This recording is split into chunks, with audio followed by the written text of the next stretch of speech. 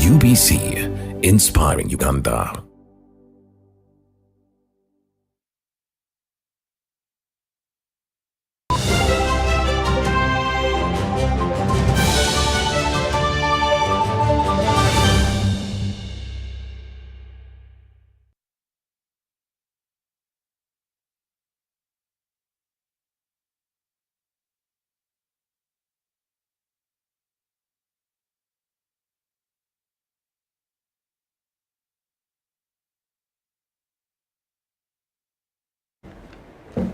A very good evening once again. Welcome to UBC News Tonight at exactly 10 minutes past 10 p.m. My name is Sharon Chonjisha. President Yoweri Museveni and the First Lady, Mama Janet Kataha Museveni, hosted the Kyabazinga of Busoga Kingdom, His Highness William Wilberforce Gawula Najobe IV and the Inebantu Jovia Mutesi for a special luncheon at State House in Entebbe. During the luncheon, President Museveni congratulated His Highness Gawula for getting a wife. President Museveni further welcomed the Inebantu for joining the Kyabazinga to make a family.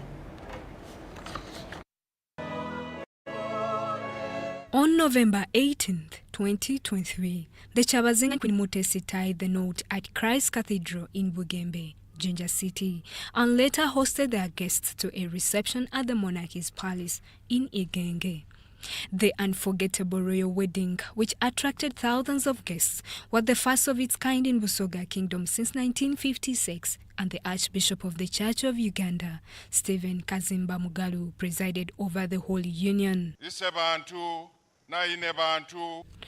During the luncheon at State House, Entebbe, the Kyabazinga of Busoga officially introduced his queen to President Yoweri Kaguta Museveni and the First Lady.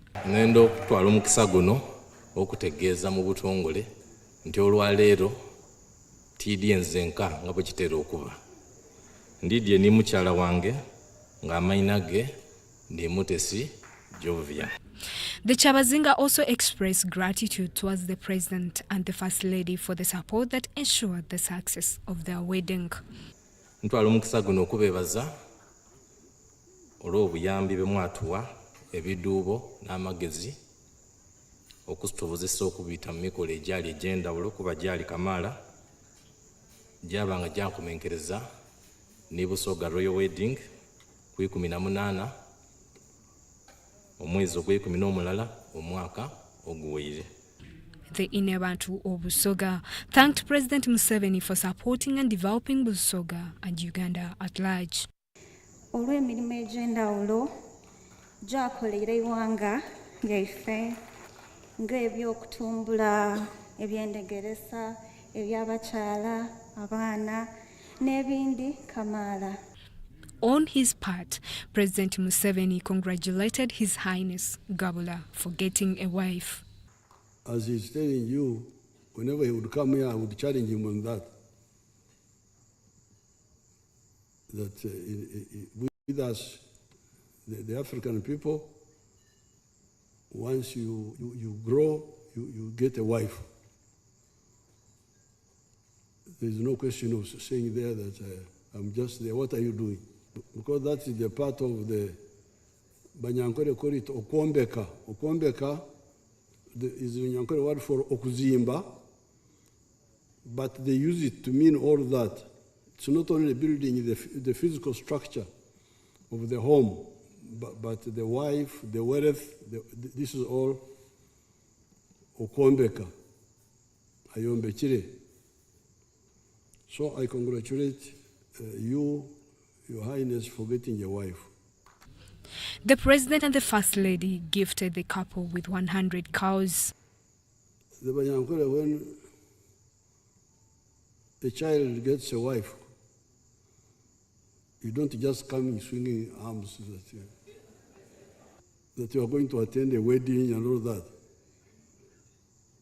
You bring something on your head.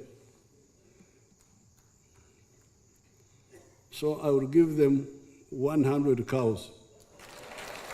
The President also thanked God for keeping him around and enabling him to work with the 3 generations of the Gabulas.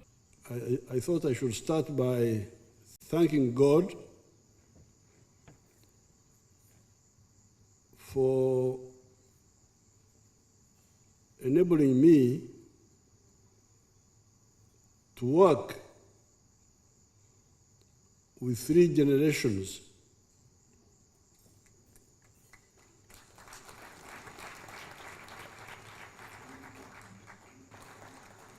you can see why you people, you should thank God for this old man.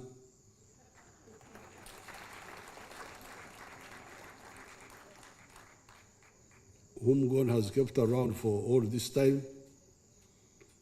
And in spite of all the things he went through. So when I was thinking about it, I said, if I don't thank God, God may think that this man is omusajja ono tasiima. So ekyo nkimaze. Siimye. Mama Janet Museveni congratulated the Kyabazinga Busoga and the Inebantu upon their recent royal wedding. She also lauded the Inebantu for accepting to serve as the patron of the Nyende Redevelopment Initiative in Busoga. I love that word. Nanyinabantu, I call her Nyinabantu in Nyankore.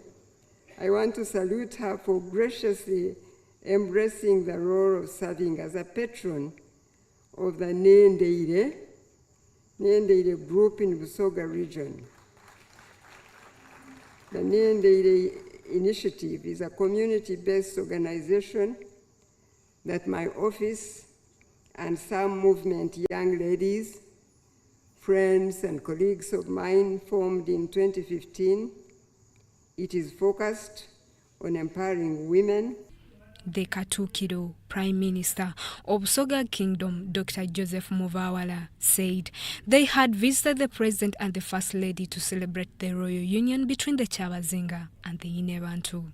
Busoga has taken over the State House. The event was also attended by members of Parliament from Busoga Sub-Region, Busoga Kingdom ministers, and the family of Inebantu led by her father, Mr. Stanley Bayole, among other officials. Justin Nakami, UBC News.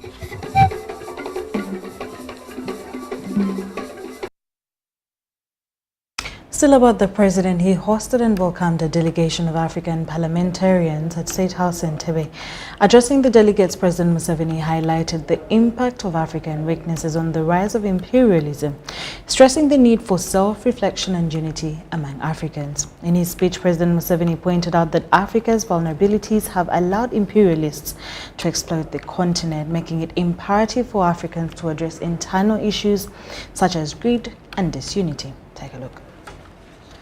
The meeting coincided with the conclusion of the 3-day Second African Inter-Parliamentary Conference hosted by the Uganda Parliamentary Forum. It was focused on family, values and sovereignty, and it was held at Imperial Resort Beach Hotel in Entebbe. The conference chair, Saro Pendi, informed the president that the conference aimed to address challenges such as cultural colonization and the influence of external forces on African culture and sovereignty. Excellency clearly shows the support that you have for the African cultures, the African values for which we are gathered to ensure that we defend and promote on the African continent.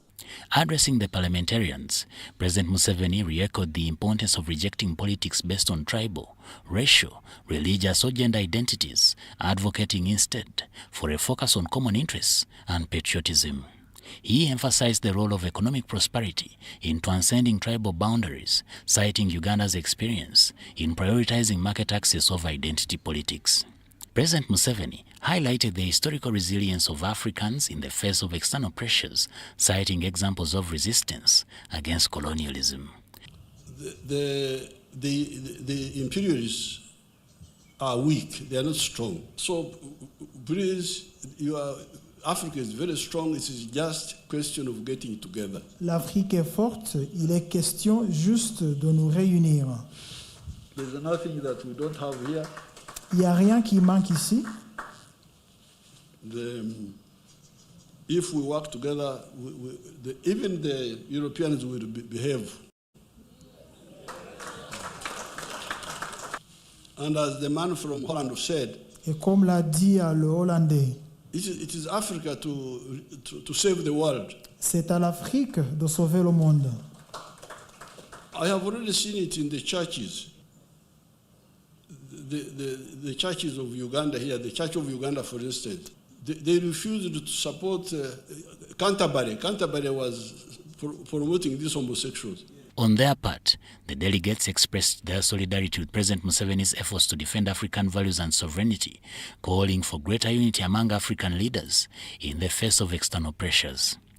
Your Excellency, it is with a deep sense of humility and gratitude that once again I stand before you to thank you so much for your commitment and to the values of holding the African culture, African family, African religion and tradition, and for being able to speak without any ambiguity on matters that matter most and to the African continent.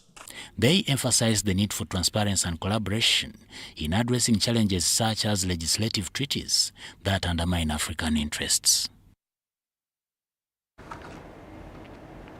In more stories, the Deputy Speaker of Parliament, Thomas Taiyewa, has called the Ministry of Health to change strategy from elimination to eradication of malaria out of the country. Taiyewa made the remarks at the commemoration of World Malaria Day at Chibuko District and also advised the country to separate science from politics. Uganda is still grappling with high burden of malaria despite numerous interventions put in place. World Malaria Day aims at highlighting burden of the disease to the world. This year's theme is accelerating the fight against malaria for a more equitable world. The commemoration attracted top officials of Ministry of Health, the Executive Director of Global Fund, Deputy Speaker of Parliament, local district officials of Chibuko District, among others. Thomas Taiyewa called for new strategies to tackle malaria in the country. I want to urge local governments everywhere and leaders that science cannot be mixed with politics. Politics should only come in and facilitate science to do its work. So the time we wasted arguing with the minister and all that, how many people did we lose?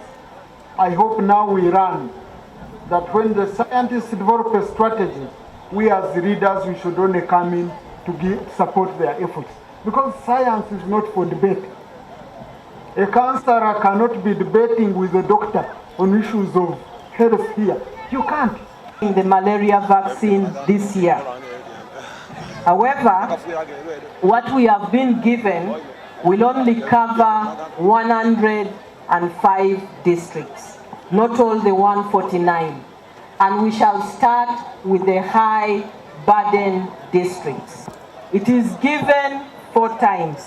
And again, I'm repeating that because many times when vaccines are given more than once, people don't turn up. Please turn up and get all the 4 doses. It is for the children under 5. The Executive Director of Global Fund, Peter Sands, expressed their commitment in funding the move to end malaria epidemic in the country, while the Permanent Secretary of Ministry of Health, Dr. Diana Twine, called for intensified research in the health field and community engagement. Over $1.1 billion to fighting malaria in Uganda. And in the current 3-year cycle, we're committed to investing another $267 million. This makes continue to leverage on the support of the partners. But we need to be more coordinated, that now the threat is real of malaria. We need to be coordinated, we need to do more research. We need to intensify to answer the questions that we cannot wait other people to answer these questions for us. The in charge of Kibuku Health Center 4 noted that the facility registers high numbers of malaria and sickle cell anemia patients. One of the major cases we see here, and our service points need managing mostly malaria. And our positive rate here is about 70%, meaning out of the 100 patients who come and screen positive for a fever, they turn out to be having malaria. Zahara Abigaba compiled this report. Now, in more stories, the Deputy Speaker of Parliament, Thomas Taiyewa, has implored government ministries charged with designing projects to create only those which will help the NRM government achieve its 4 pillars of transitioning into the monetary economy. Taiyewa was officiating the passing out of the first cohort of students trained under the Generating Growth Opportunities and Productivity for Women Enterprises project at Malaria Vocational Training Institute, Lugogo. The Generating Growth Opportunities and Productivity for Women Enterprises GROW project is a government-funded project targeting women entrepreneurs struggling financially to support them with capital and skills to improve their businesses. The 5-year project is supported by the World Bank and has been piloted in 4 refugee hosting districts of Isingiro, Kamwenje, Chikube and Chegegwa. The GROW project is targeting women who are already in business. I want to be very clear. You must be already in business. You must be already doing something. But you're struggling with new skills. You're struggling with working capital. You're struggling with equipment. Malaika, we went out to communities in the districts we had been allocated, and we popularized the project and we attracted candidates. These certificates we give, we don't just give, you have to show your competency. And I think those who those people need to graduate. Yes. You assess us, you assess them, you saw by yourself. Do they deserve the certificates? Yes. Yes, they deserve the what? The certificates. The Deputy Speaker of Parliament, Thomas Taiyewa, who officiated the passing out of the project pioneers, hailed the appropriators of this institute for their commitment to vocational training, saying it will help the NRM government bring people into the money economy. So gender, PSFU, when you're packaging projects, now we want projects that are going to help the NRM government achieve one of the most critical pillars, because we are refining development. We are no longer defining development to mean roads, to mean health centers, to mean schools. No, those are now enablers. Development, we want, when we say the GDP has grown, we want people to feel it in their pocket. You cannot continue telling people how you've reduced poverty when they are sleeping on empty stomachs. Taiyewa applauded the World Bank for supporting women entrepreneurs, saying their contribution to the economic development is immense compared to men. You call a meeting for PTA, Parent Teachers Association in the schools. It's women. You call for any government program. I'm talking about the village. Because I'm talking reality, I represent a rural constituency and I'm dealing with these people. It's women. Then why in Akura, if you want to go and you call a meeting to do with the bar, then men will be bringing. They will outnumber women. Now you are looking one part of the project, which is the skilling, but the project will also provide the other services that you need to grow your business.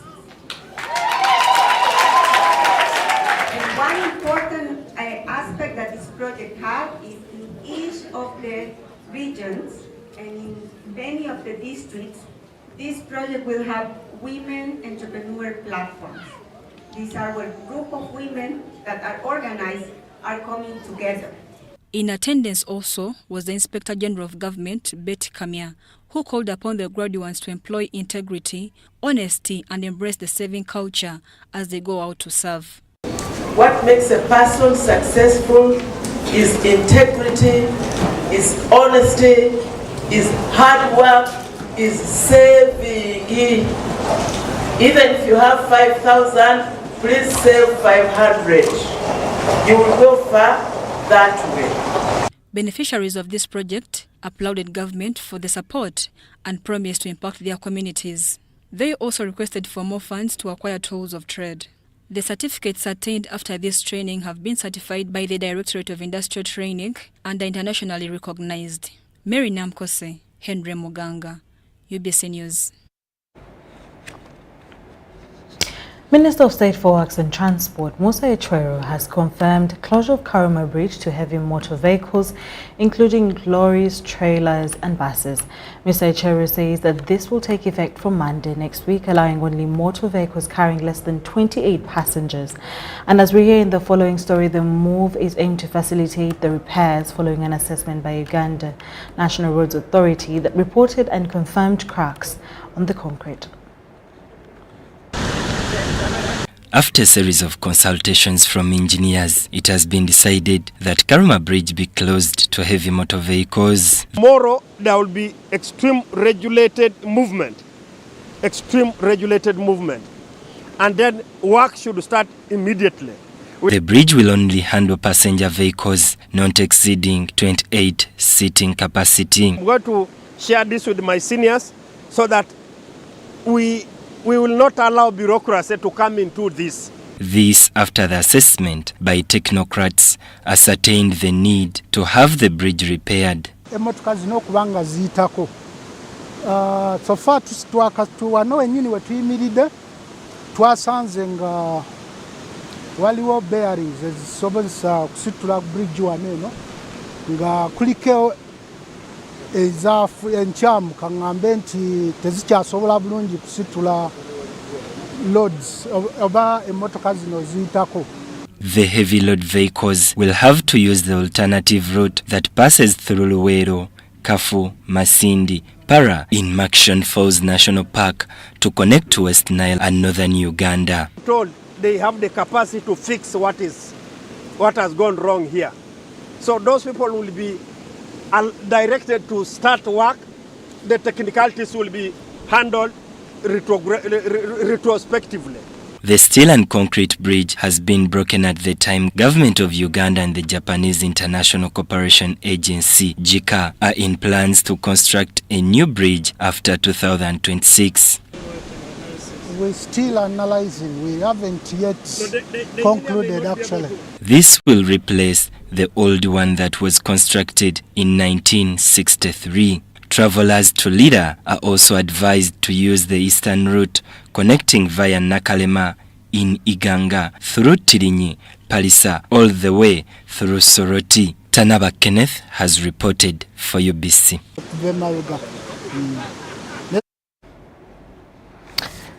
Moving on, journalists have been asked to stick to their professional roles and refrain from the vice of extorting money from sources which puts their services at risk of incompetence. These remarks were made by the Minister Miliba Babalanda of the Presidency and her ICT and National Guidance counterpart Chris Bariomonsi at the official launch of Kabale Major Fraternity in Kabale District.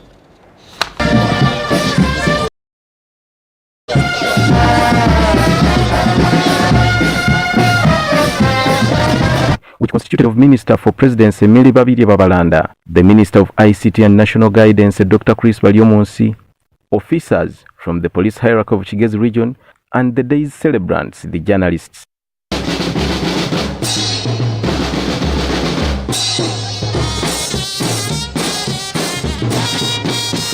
The visiting ministers later officially opened the new offices of Kabale Media Practitioners Association, with this year's World Press Freedom Day dedicated to the importance of journalism and freedom of expression in the context of the current global environment crisis.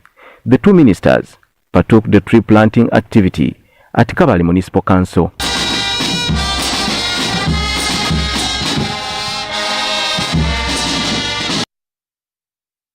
The day's events were filled with journalists citing challenges they face in the execution of their work and called for harmony, peace and collaboration with government. It's a very important day that we are here to celebrate in Kigezi and for the whole of the country because it's a recognition of the critical role that media plays in a society, but also the theme of environmental protection rhythms so well with the challenges that are caused by environmental degradation. And the powers to change the course of events is within us here, especially now that we have our line minister present and the chief guests together with colleagues from the security.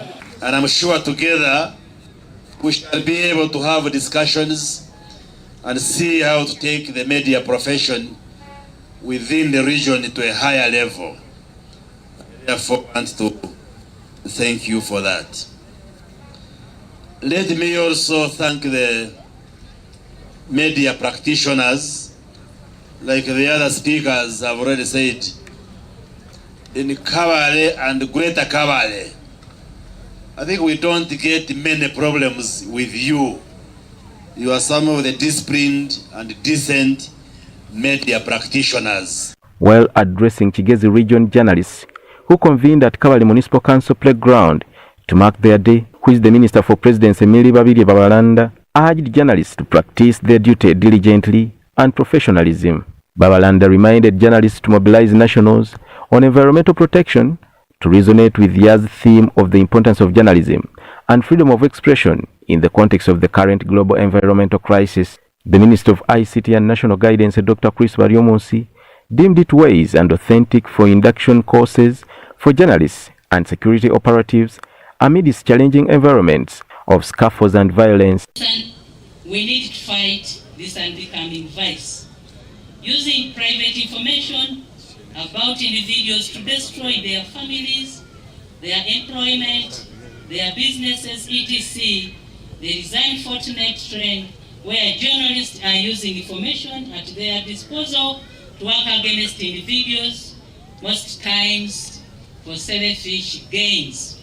Minister Baryomunsi, who is also the patron Kabale Media Fraternity, lauded government for putting in place policies that have boosted communication, keeping masses in the know. The NRM government came up with a number of progressive policies.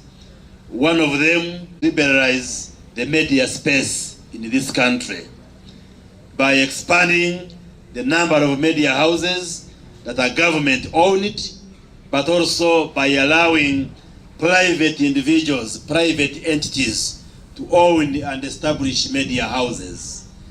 And because of that policy, we now boast of over 300 radio stations in Uganda. We boast of over 50 TV stations in Uganda. We speak of many newspapers, the print media. And of course, with the advances in technology, now the digital communication has also expanded very greatly. If you look at the district like Kabale, how many radio stations are in Kabale district itself? Nine. So Kabale itself has 9 radio stations, from 0 in 1986 to 9. Minister Baryomunsi led a fundraising drive for Kabale Media Fraternity Hub, to which he contributed 3 million Ugandan shillings cash and pledged 10 computers. By press time, journalists participated in a number of sports activities to mark the colorful moments. Chibedi Bashir and Ivan Juko for UBC. Minister of State for Lands, Dr. Sam Mwanafunzi, has ordered police to arrest World Answer Church International pastor Jeremiah Sebachije for trespass, forceful entry to property and destroying banana plantation and crops with tree plantation at Katale village in Seguku, Wakiso district. Dr. Mwanafunzi made a locust visit after residents complained to the RDC Justin Babazi, who sought the minister's intervention into the matter. Residents of Seguku Katale village on Entebbe Road in Wakiso district are mourning following destruction of a banana, sweet potato and cassava garden belonging to a fellow resident known as Joseph Luchamzi. Also destroyed were mango trees and eucalyptus trees on more than 4 acres of land. The land in dispute is said to have belonged to the late Christopher Kawesa.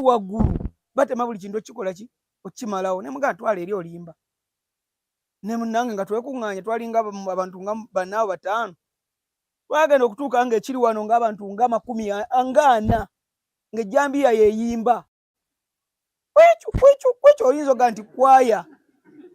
Joseph Luchamzi and other relatives complained to the minister about what they went through when Pastor Jeremiah destroyed the plantations. Kiriza nengezaako okwongera okubategeeza nti basebo muva ku ground mu kennyini musanzeeko ebintu bye musanze olusuku nga lukutte musanzeeko ekibira kya Kalitunsi, musanzeeko ebikajjo, musanzeeko muwogo, muliko emizinga gy'enjuki, musanzeeko byonna. Omusumba Pastor Jeremiah Sebakijje abagambye nti bibye nti ife tetwetaaga kumanya ettaka tujja kulitwala. Brought people on my kibanja and they demolished my plantation, my banana plantation, my eucalyptus trees, my sugar canes, and my cassava, which was on my kibanja, plus the maize.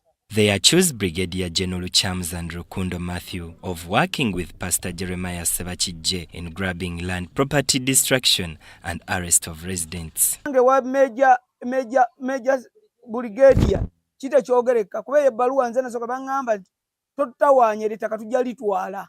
Nangamba muzeeyi ettaka Brigadier Luchamuza aligabye. Kuuza aligabidde ani? Aligabidde Pastor Jeremiah Sebakijje. Mu surprising nga nkyenoonye engeri gy'ebivudde ebyo agabe ekibanja kyaffe akigabire Major General Luchamuzi. Awe bankwatira ne bagamba yitawo ne gwe tubadde tunoonya wuuno ne banyingiza mu mmotoka eyo eya minibus yali ya green ng'erimu aba military. Waliwo omwami ayitibwa Lukundo yanzija mu mmotoka n'antwala okugoberera Major General Luchamuzi. Minister Mayanja has condemned Pastor Jeremiah Sebakijje's actions and ordered for his arrest. People who have been affected by the malicious conduct of this pastor who destroyed this property and who is behind the destruction. Arrest them, charge them in accordance with the law. Minister Mayanja outlined the charges against the pastor.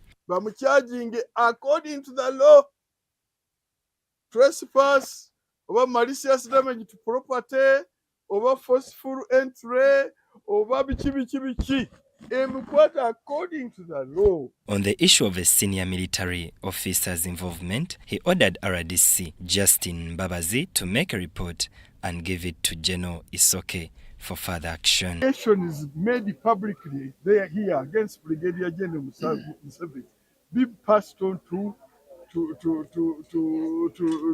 RDC Babazi, who is our representative on the committee already in place investigating Brigadier Luchamuzi's conduct in the Nabingo land, so that what has happened here will help enrich that inquiry. Minister Mayanja left the residents here hopeful after assuring them that such acts will not go unpunished under General Museveni's leadership. Well, I have first of all to thank His Excellency the President of Uganda, Mr. Kakuta Yoweri Museveni, at least to appoint such a minister like Honorable Mayanja Moses, because he's really he's very helpful to people like us who are just down there in the village. Jamil Sekaja has reported. Uganda Cancer Institute, in collaboration with Ministry of Health, has received essential equipment and consumables from Kofi, with efforts to enhance cancer care service delivery in Uganda. The Executive Director of Cancer Institute, Jackson Orem, said that the equipment will enhance cancer centers in Bara and other regions, in especially tackling cancer in women. Uganda Cancer Institute, in collaboration with Ministry of Health, implemented a national cancer management and capacity building project in Uganda with support from the Korean Foundation for International Healthcare to last for 3 years. We have received in the initial part of this project, and we are aiming mainly at the lower level. For a beginning, we are starting with a program in Mbarara, and then of course we will also expand to other parts of the country.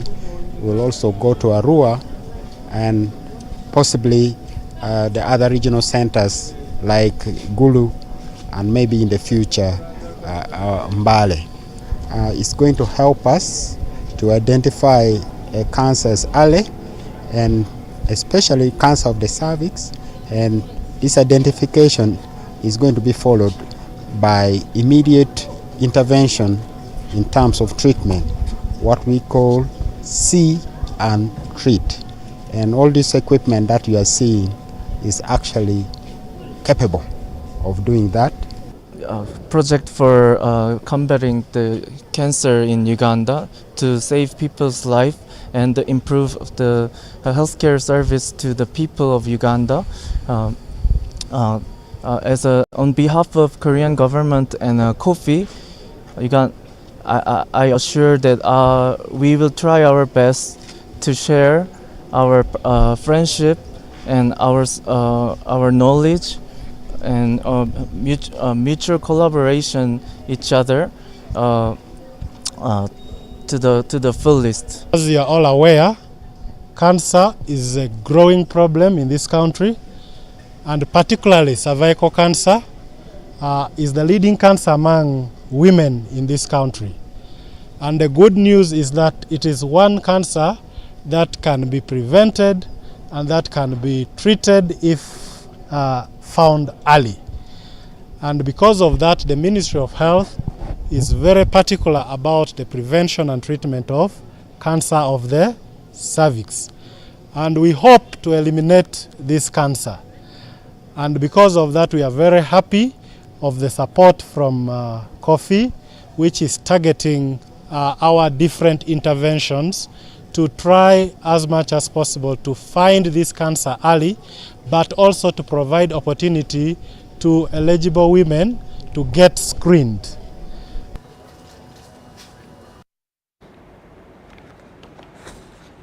Uganda Business and Technical Examination Board, UBTEB, has started training of assessors from various vocational and training institutes across the country.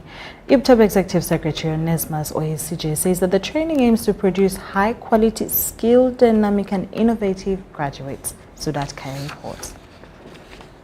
The Executive Secretary, Uganda Business and Technical Examinations Board, Onesmus Oyesije, highlighted that the 2-week training program for assessors, lecturers and tutors operating under the new curriculum is designed to elevate the standard of skills provision.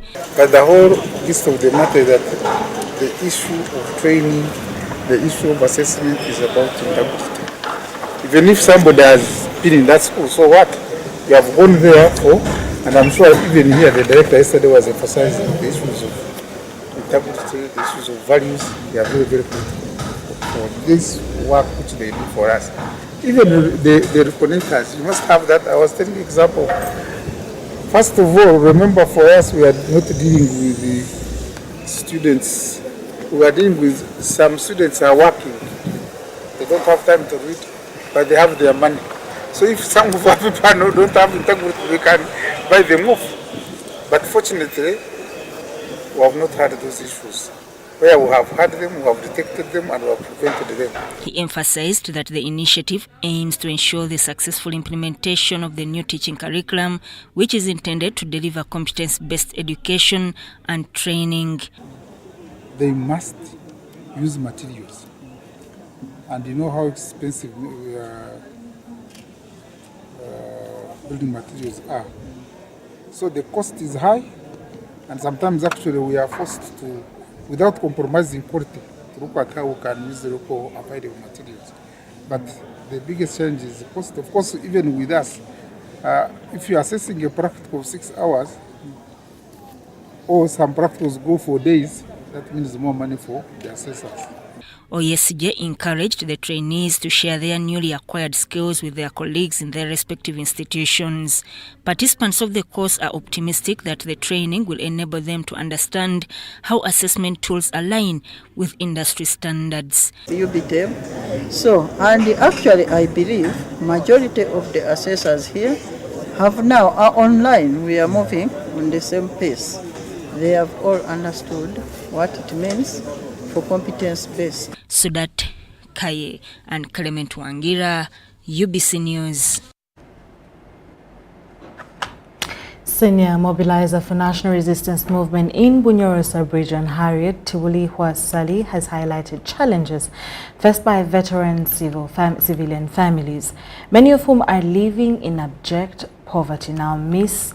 Tibulihwa was addressing women and youth in Kakumiro district, where she also highlighted the pressing issues of teenage pregnancies and domestic violence in communities within Greater Chibale. In a passionate address to women and youth in Kakumiro district, Harriet Tibulihwa, a senior mobilizer for the National Resistance Movement for Bunyoro Kitara sub-region, expressed deep concern over alleged neglect and mistreatment of veteran civilian families who supported the National Resistance Movement government to take over power. Tibulihwa expressed that such families, especially those in the village of Chiweza in Kasambia Parish, Bugangaizi South, that sacrificed for the nation's freedom, are now struggling to make ends meet. Kasambia had been rejected as a sub-county. Kasambia had been rejected in each and everything. The health center 3, lack of drugs. There are no teachers in some of the schools. The roads are in very bad shapes. We don't know what we did as Kasambia. Yet Kasambia, when we talk about the NRS struggle, the NRS struggle dwelt here in Kasambia, in the entire Hoima House by then. And it was none other than my parents who are lying behind there. She called upon President Museveni to remember and include those veteran civilian families in government programs aimed at improving their livelihoods and providing them with support they deserve. Actually, when we talk of NRA in this Greater Chibale, there is none other than this family and the family of late Muzei Kamanyire, Muzei Muwonge Birembo up there. These are the people that were being contacted by that activity. All those are my parents. They worked closely with the NRA rebels by then in Greater Chibale. In her advocacy for vulnerable communities in Kakumiro district, Ms. Tibulihwa emphasized that tackling the root cause of poverty and social challenges like teenage pregnancies and domestic violence through targeted programs and community support are the best ways for communities in Greater Kabale to realize socio-economic empowerment. For this government to move on very well and to consolidate its support again and again, I appeal to the government to always think or remember those families that were there for this government during the struggle. These families have been neglected. These families have lost hope. These families no longer have love for the government because they feel neglected, yet they feel again that they put in a lot of effort to bring this government into power. Tibulihwa's passionate appeal serves as a reminder of the ongoing challenges faced by vulnerable communities and the importance of government action in addressing these issues. Mary Namkose, Robert Bwaita, UBC News.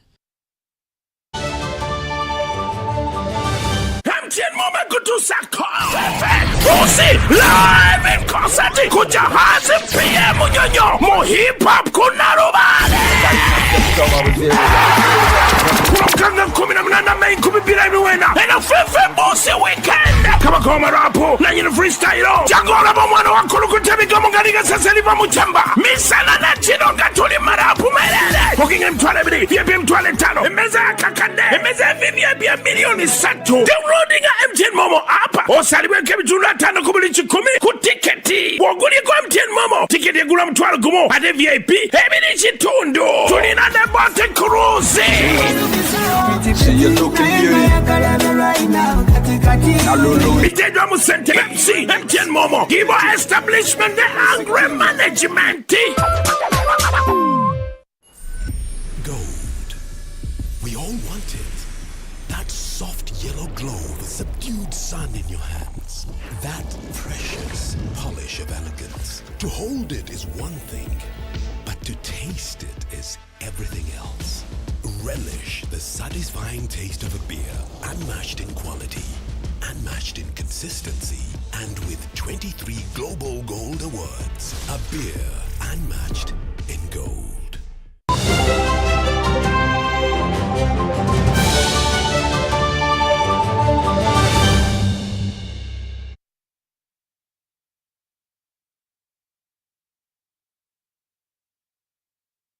Come back from that short commercial break. The Parliamentary Committee on Agriculture, together with top management of Uganda Coffee Development Authority, has concluded a 3-day field monitoring exercise in Rwenzori sub-region to assess progress made in the coffee subsector. Now, the committee, Chairperson Janet Okore-Moore, says that coffee growing interventions by UCDA in the area are promising, albeit some challenges like inadequate coffee seedlings that farmers still grapple with.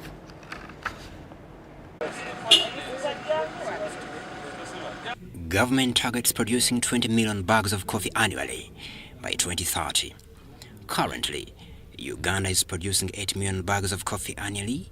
This high-level field monitoring exercise by the Parliamentary Committee on Agriculture is a deliberate effort to assess how the coffee subsector is faring in Rwenzori and to establish the energies put in by Uganda Coffee Development Authority to facilitate the campaign.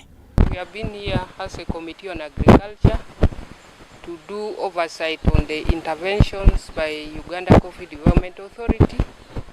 Sometimes it is good to come on the ground so that we assess whether the monies that are being appropriated by Parliament has any value. The issue of inadequate coffee seedlings still grapple coffee farmers, calling on government to offer special attention to the sector. If there is a possibility of putting aside some money, mainly to focus on coffee, because coffee, the maturity takes 3 years, but the payment period for the PDM money is 2 years. So there is some mismatch. And if government can reconsider, would also appreciate, and that is really the voice of the farmers. Some progresses implemented by Uganda Coffee Development Authority are seen on ground, including the ongoing construction of a coffee laboratory in Kasese municipality and the work projected to complete within 2 years. We have done a lot in the sector and in Kasese. We are building up a lab, and that lab is partly funded by government of Uganda, and we expect it to be completed within 2 years. Uganda is a home of Robusta coffee, and we produce 80% of our coffee as Robusta coffee. Our exports in 22-23 were 6.2 million bags, and 80% of that was Robusta coffee. In order also to improve quality of coffee, UCDA has provided wet processing equipment. These are in form of wet mills and pulpers. They have gone to individual farmers, but also to farmer groups. And we have extension workers all over the region. So these are taking the trainings to farmers. They are also providing extension services on processing, on good agronomic practices, and many other things. Some large-scale coffee farmers visited include Dr. Ian Clark's family Chenjojo. At Harugongo Kabarole district, we meet Shakira and her husband, who own over 200 acres of land. How we've benefited from UCDA mostly is we've gotten all the seedlings on this farm were provided for by UCDA through our government of Uganda when they rolled out the free seedlings. So we're able to approach the UCDA offices, our regional offices, and they provided us all the seedlings that we are planting. Yeah, it's a big farm that does wet process, but we don't have any running water. And also our infrastructure, our roads are very poor this side. Yeah, when we are transporting coffee, it becomes very, very, very difficult because of the poor roads. The point now that UCDA needs to do is to encourage Ugandans to take coffee, because we are big population. Crispus Arenitwe, UBC News.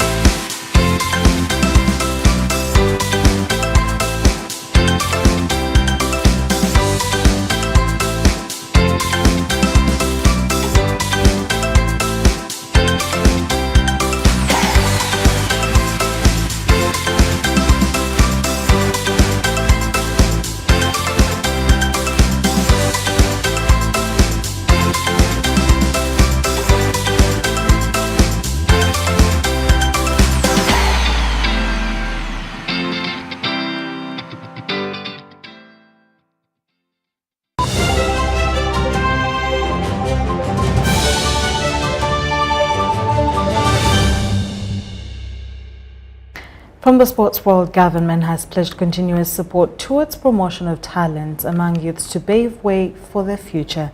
This message was delivered by the State Minister for Children Affairs, Balamba Rugahara, at the official launch of the 2024 Parliamentarians Tournament Cup at Kanungu Playgrounds, Western Uganda. Football fanatics and supporters of Kinkizi East Constituency Legislator, also Minister for ICT and National Guidance, Dr. Chris Baryomonsi, thronged Kanungu Playground to witness the official launch of the 2024 Parliamentarians Tournament Cup. Despite the heavy downpour that started in the wee hours of Saturday morning till afternoon, the numbers kept on increasing to enjoy the day's sporting events. Minister Baryomonsi took part in a competitive game between his team and the Batwa, in which he even managed to score one goal as they triumphed 5-2 over their opponents.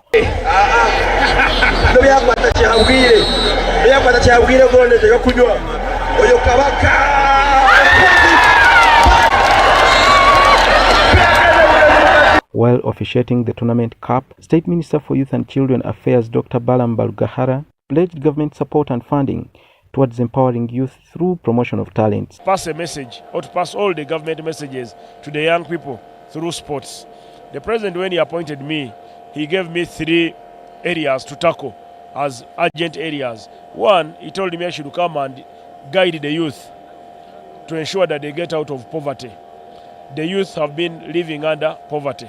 So he told me to guide them to get out of poverty using the available government programs. Minister Baryomonsi, a professional medical doctor, elaborated the essence of exercising to one's life. We pick talent from our younger generation here, and the sports is something very important for our personal health, our physical health, but also to identify talent, but also to mobilize the young people. Instead of engaging in non-productive areas, they start engaging in this kind of sporting.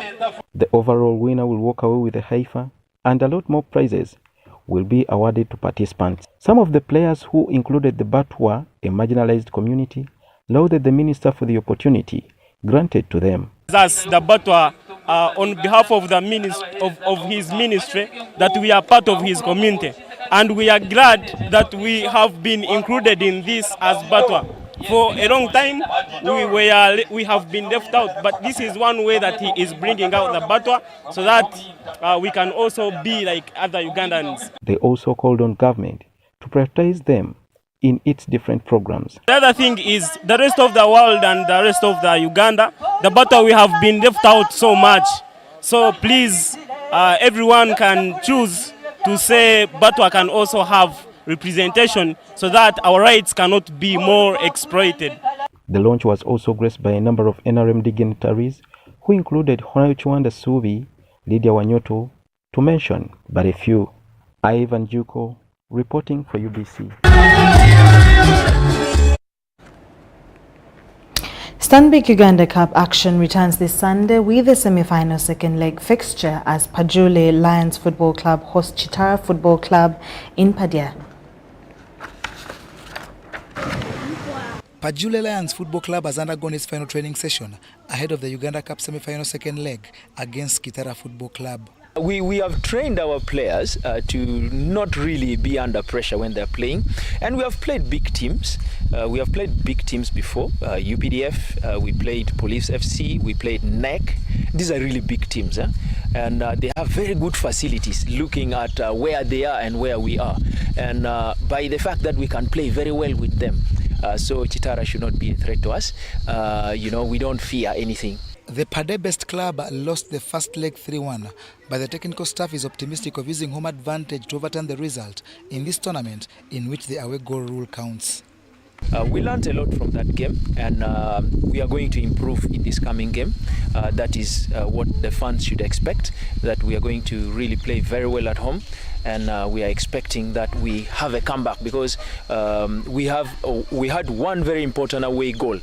That means that if we score 2 goals from here, it would mean something good to us. Chitara Football Club coach Brian Senyondo credits the talent Pajule has, but is certain his team did enough in the first leg and must surely use Uganda Premier League experience to progress.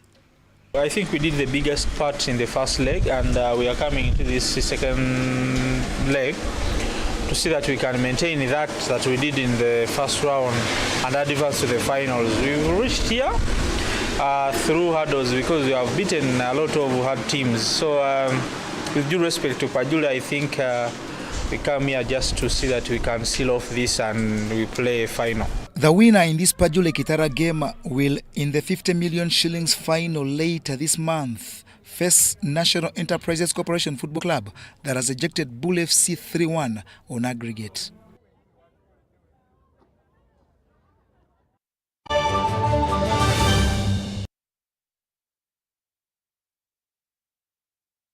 Of the bulletin. Thank you so much for watching. My name is Sharon Chomjisha. Have a lovely night and a great Sunday tomorrow. Bye-bye.